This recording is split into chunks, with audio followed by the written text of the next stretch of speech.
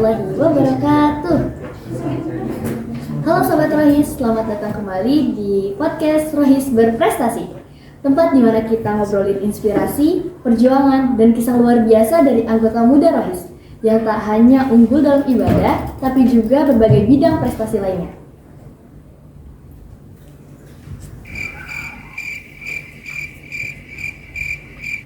Hari ini kita akan bahas sesuatu yang spesial banget nih, karena di SMA IT Darul Ilmi ada satu ekstrakurikuler unggulan yang bukan cuma melatih fisik, tapi juga mental dan kedisiplinan, yaitu karate. Dan pastinya kita kedatangan tamu-tamu yang luar biasa, yang telah membawa nama sekolah ke level yang lebih tinggi lagi.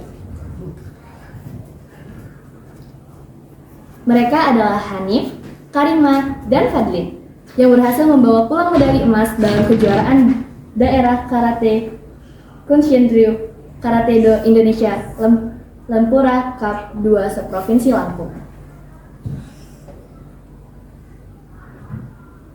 Sebelumnya perkenalkan, aku Intan Zalfa Alifa Aurelia sebagai moderator podcast kali ini.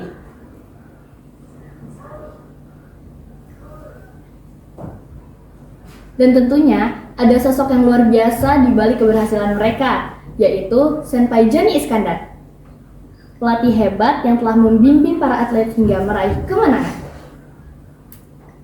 6.5 hours later, 1 eternity later, 2,000 years later, 3:28 a.m. tomorrow, day 2, day 3, day 4. Langsung aja kita ngobrol bareng mereka. Segmen pertama, perjalanan menuju juara. Untuk Karima, bisa cerita nggak gimana awal mula kalian terjun ke dunia karate dan apa yang bikin kamu tertarik untuk ikutnya? Jadi awal mulanya itu waktu itu kalau nggak salah kelas 3 SD. Nah pas itu tuh lagi ada klub karate gitu yang lagi latihan di belakang rumah. Jadi dari situ tuh aku suka nontonin terus kan. Jadi suka ke belakang rumah tiap sore kalau nggak salah. Terus lama kelamaan itu tuh jadi kayak pengen coba buat ikut loh. Kepo. Terus baru tuh coba buat izin ke orang tua. Ya. Waktu itu sih kayak masih belum diizinin karena masih kelas 3 SD kan, takutnya kenapa-napa kalau misalnya latihan fisik. Karena tuh khawatir. Iya. Nah, terus Habis itu karena Sering sering minta izin terus kan, kayak karena kepo banget nih, pengen coba terus. Habis itu diizinin sama papa. Dan dari situ tuh udah mulai latihan dari kelas 3 SD nyampe kelas 5 SD. Habis itu baru mulai kan COVID-19. Itu latihannya udah mulai jarang-jarang karena COVID. Terus juga dojonya juga udah pindah, jadi gak ada yang ngantar buat kesana. Jadi dari situ udah dibilang kan sama mama untuk berhenti dulu karatenya. Habis itu berhenti 2 tahun. Pas kalau gak salah kelas 8 SMP, sekolah itu tuh masih tahu kalau misalnya mereka tuh ngefasilitasi eskul karate. Dari situ coba buat mulai lagi dari awal. Coba lagi. Sampai sekarang udah mulai teratur latihan. Oke. Kalau Hanif?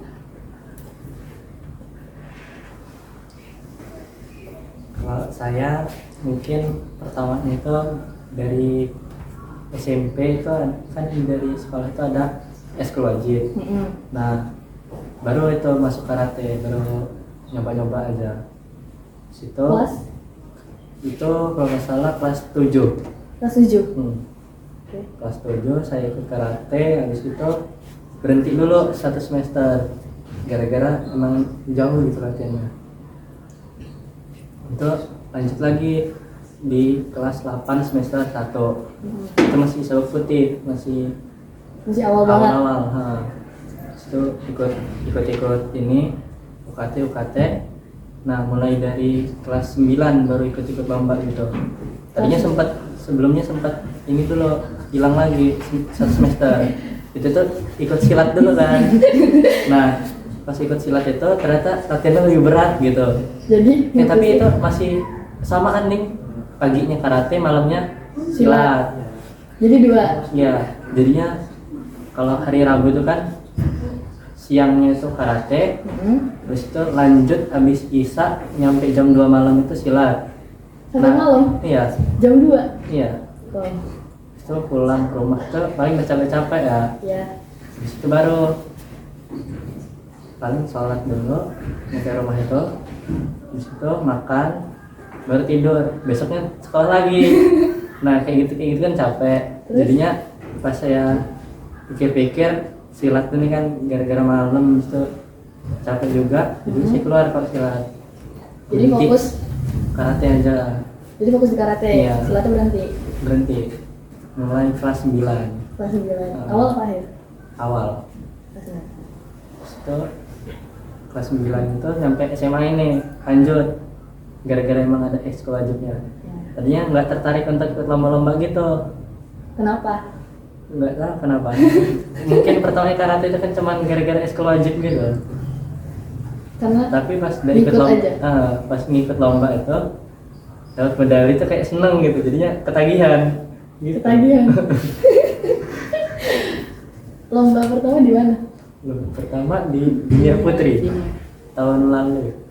Heeh.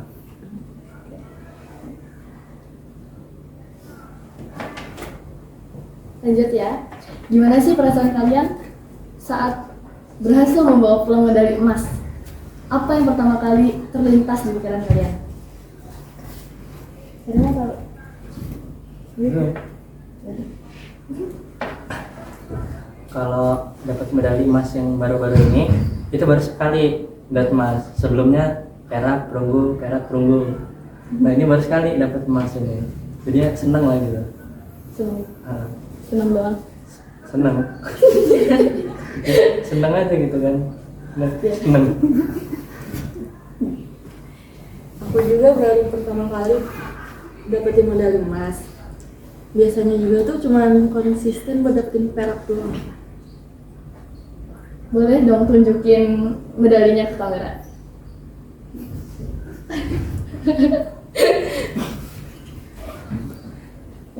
Kalau untuk rasanya pertama kali dapat emas itu tuh kayak yang pastinya senang tambah kayak kaget, soalnya akhirnya udah bisa dapetin emas karena emang sebelum-sebelumnya konsisten terus buat dapetin.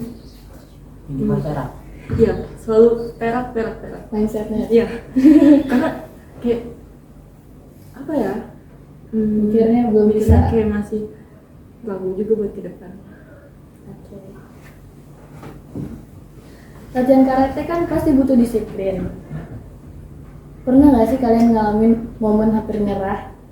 Kalau pernah, apa yang bikin tetap kalian semangat? Siapa? Rina. Kalau nyerah sih kayaknya enggak. Kalau capek pasti iya, karena kegiatan apa sih yang nggak ada capeknya? Ya betul. Capeknya tuh kayak capek tapi selalu dinikmatin gitu. Karena capeknya cuma sebentar doang. Besoknya tuh bakal pengen latihan terus. Karena tahu kalau misalnya kita nggak bisa fokus terus latihan, jadi kayak kapan buat majunya. Ya. Untuk saya mungkin sama, tapi mungkin saya pernah gitu dalam fase apa tadi? Nyerah itu, fase nyerah itu memang sering lah dulu SMP itu. Itu mungkin karena ya kecapean, habis itu memang karena latihannya jauh kan dari rumah. Mungkin tadi sih. Apa yang bikin kamu semangat lagi setelah nyerah itu? Lagi itu paling emang didukung banget sama ayah, soalnya ayah kan ikut silat. Katanya nggak apa-apa kalau nggak ikut silat, yang penting bela diri, habis itu kamu emang bisa nekunin itu gitu, emang disemangatin juga sama keluarga.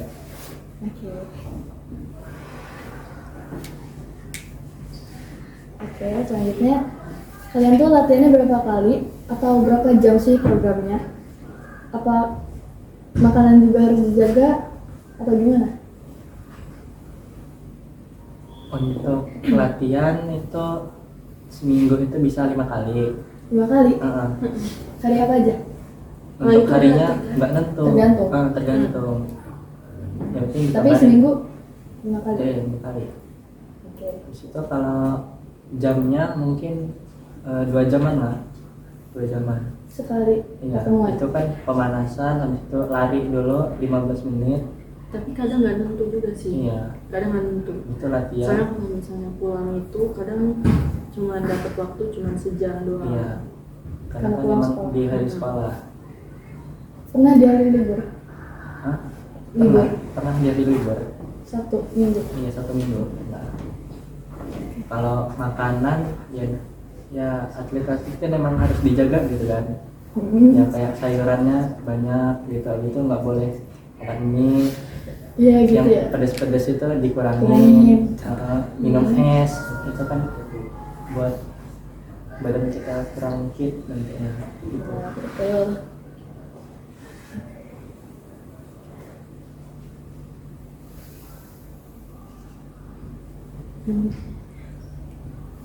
Kalau latihan itu emang benar sih tadi kata Hani, biasanya tuh per minggu tuh bisa 5 kali latihannya. Cuman kadang kalau misalnya pas pulang sekolah itu kita orang biasanya cuma dapat 1 jam. Karena pulang sekolah kita Iya, kan sore. Terus juga kalau di hari libur kita kan biasanya dapatnya lebih banyak juga sih. Ya tergantung. Kalau untuk makanan biasanya tuh yang berminyak, goreng-gorengan, pokoknya yang digoreng apapun itu tuh kita orang tuh harus ngejaga Ngurangin. ya, harus dikurangin banget karena harus ngejaga berat badan, terus juga harus ngejaga ini juga kan, ya apa ya, Kualitas tuh. ya kualitas tubuh, karena itu ngaruh banget buat kelatihan. Apalagi kalau latihan juga kan kita kan harus melatih fisik, mental. Terus juga kalau untuk es itu bakal gak banget buat diminum pas kalau misalnya kita orang mau lomba, itu tuh gak boleh banget buat diminum. Dilarang banget. Iya, karena Haram. iya. Iya, biasanya dibilang haram kalau misalnya mau lomba, gak boleh minum es. Soalnya kalau misalnya minum es itu takutnya nanti pas lomba tuh Radang. ya radang atau gimana. Jadinya nggak keluar suara air. Oke.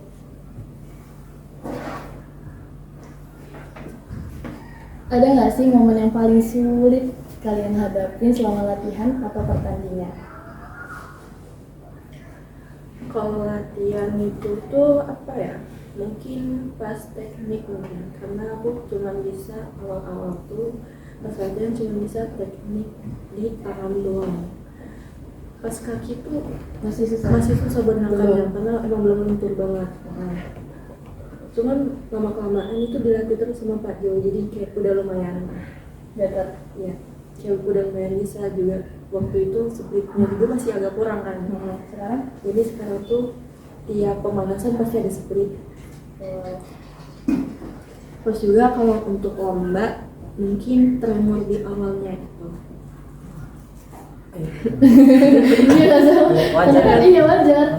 Karena kan mau pertandingan. Iya, soalnya kalau misalnya udah tremor itu udah pikiran udah kemana-mana Iya. kan. Kayak, aduh ini gimana ya. Terus juga kalau untuk lawan ya, mungkin kalau lawannya badannya lebih gede gitu. Biasanya udah lebih takut duluan gitu. Kayak Karena mikir jangkauan dia lebih luas, sedangkan aku enggak gitu. Tapi kalau untuk speed mungkin kita udah tahu kan gimana Ya. nih tekniknya gimana. Jadi kayak pokoknya jangan pernah ragu buat memulai aja. oke.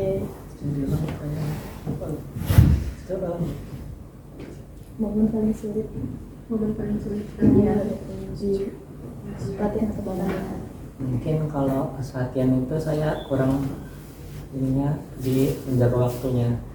Nah jadi kan itu kan saya ikut sekolah organisasi gitu-gitu, jadinya kan bagi waktunya Susah. kadang-kadang susah. Tapi bisa kalau sekarang bisa.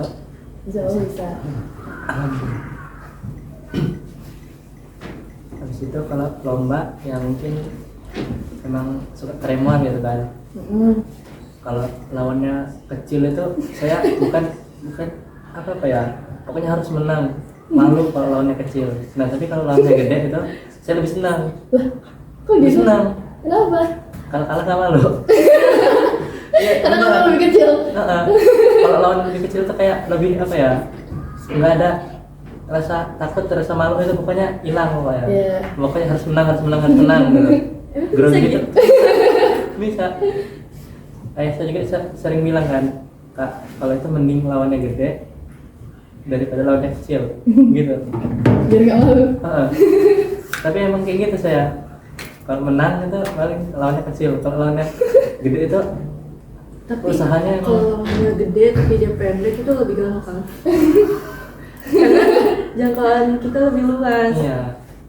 Kadang lebih milih kayak gitu sih. Cuman kadang ada yang ya pokoknya jangan pernah terpaut sama berat badan, tinggi badan atau ukuran badannya, karena Iya. tekniknya belum tentu bakal bisa nandingin kita atau setara iya, atau di iya. bawah kita. Jadi kita tuh gak pernah tahu dia tuh bakal Ini gitu. Terus kan sih. Wah. Bagus lagi. Jadi kita tuh gak bakal tahu kalau misalnya teknik lawan kita nih bakal kayak gimana.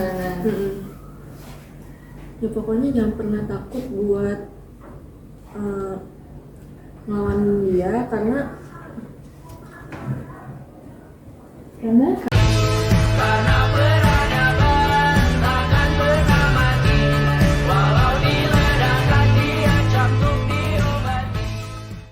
emang ya belum tentu aja gitu. Emang sih di luarnya mungkin badannya lebih gede atau tinggi, tapi kan tekniknya belum tentu sama. Iya. Pasti beda. Ada beda. Ada kelemahan mungkin ya. Iya. Cinta.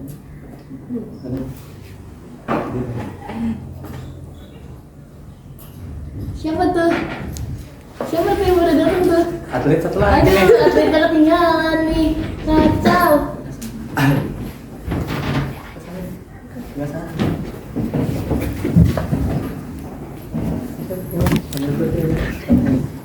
Langsung aja. Berarti abis ini padelin semua nih ya Iya. pertanyaannya. Warang. Oke. Ini atlet yang ketiga. Siapa namanya? Muhammad Fadlin Rifki Akbar. Ulang-ulang. Muhammad Fadlin Rifki Akbar. Oh iya, saya kira apa kenal. Gak usah dikenalin, terus udah kenal. Lanjut ya pertanyaannya. Sebagai pelajar dan juga atlet, gimana sih cara kalian membagi waktunya antara latihan, belajar, ibadah, dan organisasi? Fadlan.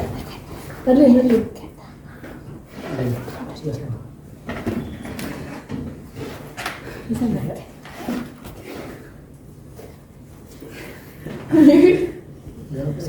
Kalau saya sih ini apa? Bagi ibadah pasti pertama lah, top priority. Untuk belajar ada les dari jam berapa sampai jam berapa, itu di hari Senin, Rabu, Jumat. Jadi kemungkinan besar latihannya nggak di Senin, Rabu, Jumat itu. Kalau organisasinya gimana? Kalau organisasi izin dulu sama pelatihnya baru ikut organisasi. Saya sama mungkin. Kalau ibadah itu nomor 1 ya. Oke, ibadah nomor 1 ya? Iya. Harus ya? Harus lah. Iyalah, oke Wajib. itu ya. Kan karena itu kayaknya emang Emang Islam, kewajiban. emang Islam ya? Iya, emang Islam. berarti bukan Islam KTP. Iya. Emang udah punya KTP? Belum. Udah. KTP anak? Bukan. Kartu pelajar. Kartu pelajar.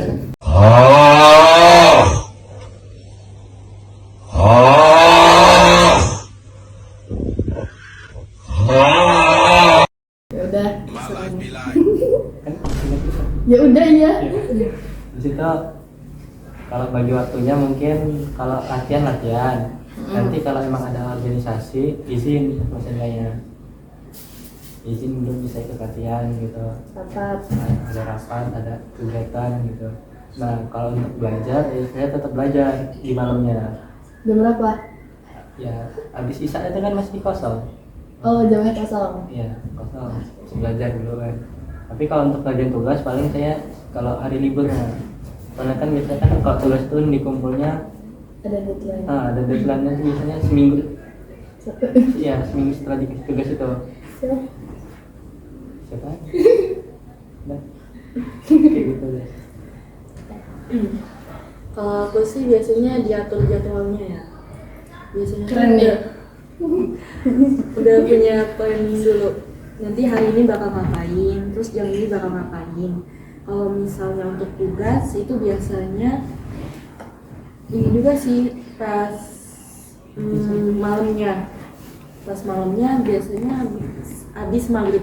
Abis maghrib kan biasanya udah selesai latihan kan, ya di rumah juga. Nah, pokoknya habis bersih, habis apa sih, sholat juga udah diselesain, habis itu lanjut buat belajar. Terus kalau untuk organisasi juga sama, biasanya bakal izin dulu ke sempainya. Pokoknya kalau untuk organisasi sama latihan itu lumayan setara sih, ya, pentingnya. Dua-duanya pokoknya penting. Oke. Terus gimana kalau kalian misalkan lagi mau latihan, terus nggak dapat izin untuk acara organisasi, itu gimana sih yang bakal kalian lakuin gitu? Karena kan kata kalian ini sama nih ya pentingnya, kayak setara gitu kan? Kalau sama ini ya Pak Joni ngizinin, soalnya kan emang kita juga punya kewajiban di organisasi itu. Ya. Nah, jadinya ya boleh lah izin-izin kalau misalnya mau ada rapat gitu-gitu, soalnya itu kan sama penting juga. Oke. Berarti ada tanggapan? Sama kok. Bagaimana? Gimana? Sama-sama. Beliau saya awam. Kebetulan sih. Oke, lanjut ya. Gimana dukungan dari orang tua, guru, dan teman-teman dalam perjalanan kalian meraih prestasi-prestasi ini? Kalau dukungan sih masih positif-positif semua ya, kayak masih semua orang juga masih ngedukung. Ya. Ya. Untuk kayak pantangan juga belum ada mungkin. Kalau dari saya, dukungan dari keluarga itu apa ya, nggak ada habis-habisnya, pokoknya didukung terus. Setiap habis lomba biasanya kan ditanya lagi, Support banget ya, Kak keluarga. mau ada lomba lagi nggak? Ada, insya Allah. Ikut nggak? Ya kalau emang diizinin ikut. Terus kata saya kalau itu biasanya, yaudah ikut aja gitu. Digituin Kalau pokoknya. bisa kenapa enggak? Iya. Bu masih muda gitu kan. Itu nggak boleh. Saya disupport banget sama orang tua. Ya karena dulu pernah ikut lomba-lomba juga kan. Dari kecil sampai besar. Ya karena dulu pernah off sekali dari zaman Covid. Sama kayak Karina. Iya, dari zaman Covid itu saya off, nggak karate lagi. Di SMA ini, ya alhamdulillah ikut karate lagi karena ada Yang wajib. ini.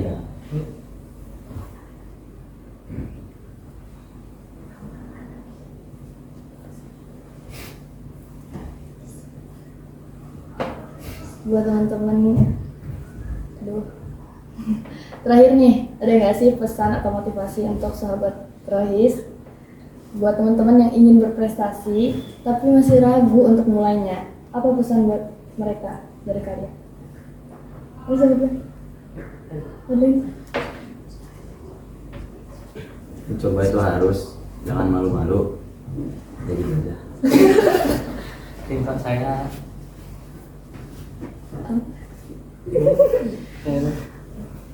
Pesannya? Nah, untuk teman-teman jangan takut mencoba gitu. Udah. Karena medali itu menagih. Nagih gitu kan.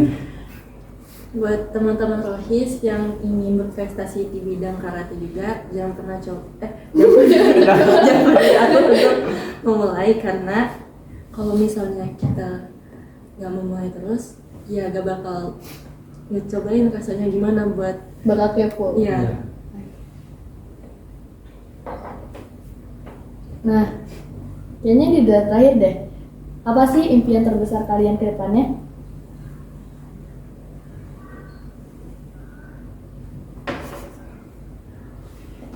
impian saya ya di bidang karate ini, kalau itu saya mau jadi atlet timnas karate mas. Untuk saya juga sama aja mewakili Indonesia untuk ajang karate. Amin. Amin ya. Amin ya. Amin. Kalau untuk impian saya juga sih sama pengen jadi atlet timnas Indonesia. Terus juga pengen ngebantu buat daftar jadi polwan mungkin. Wah, keren. Masya Allah, banyak banget pelajaran dan inspirasi yang bisa kita ambil hari ini. Terima kasih banyak untuk Hanif, Karima, dan Fadlin yang sudah berbagi pengalaman yang luar biasa. Semoga prestasi kalian semakin gemilang dan terus menginspirasi. Amin. Buat Sobat Rohis, ingat ya, seorang muslim yang berprestasi itu gak cuma cerdas di bidang akademik, tapi bisa juga loh unggul di berbagai bidang lainnya. Yang penting, tetap istiqomah, terus berusaha, dan jangan lupa berdoa. Terima kasih karena sudah mendengarkan podcast Rohis Berprestasi. Jangan lupa share ke teman-teman kalian, dan sampai jumpa di episode berikutnya. Wassalamualaikum warahmatullahi wabarakatuh. Waalaikumsalam warahmatullahi wabarakatuh.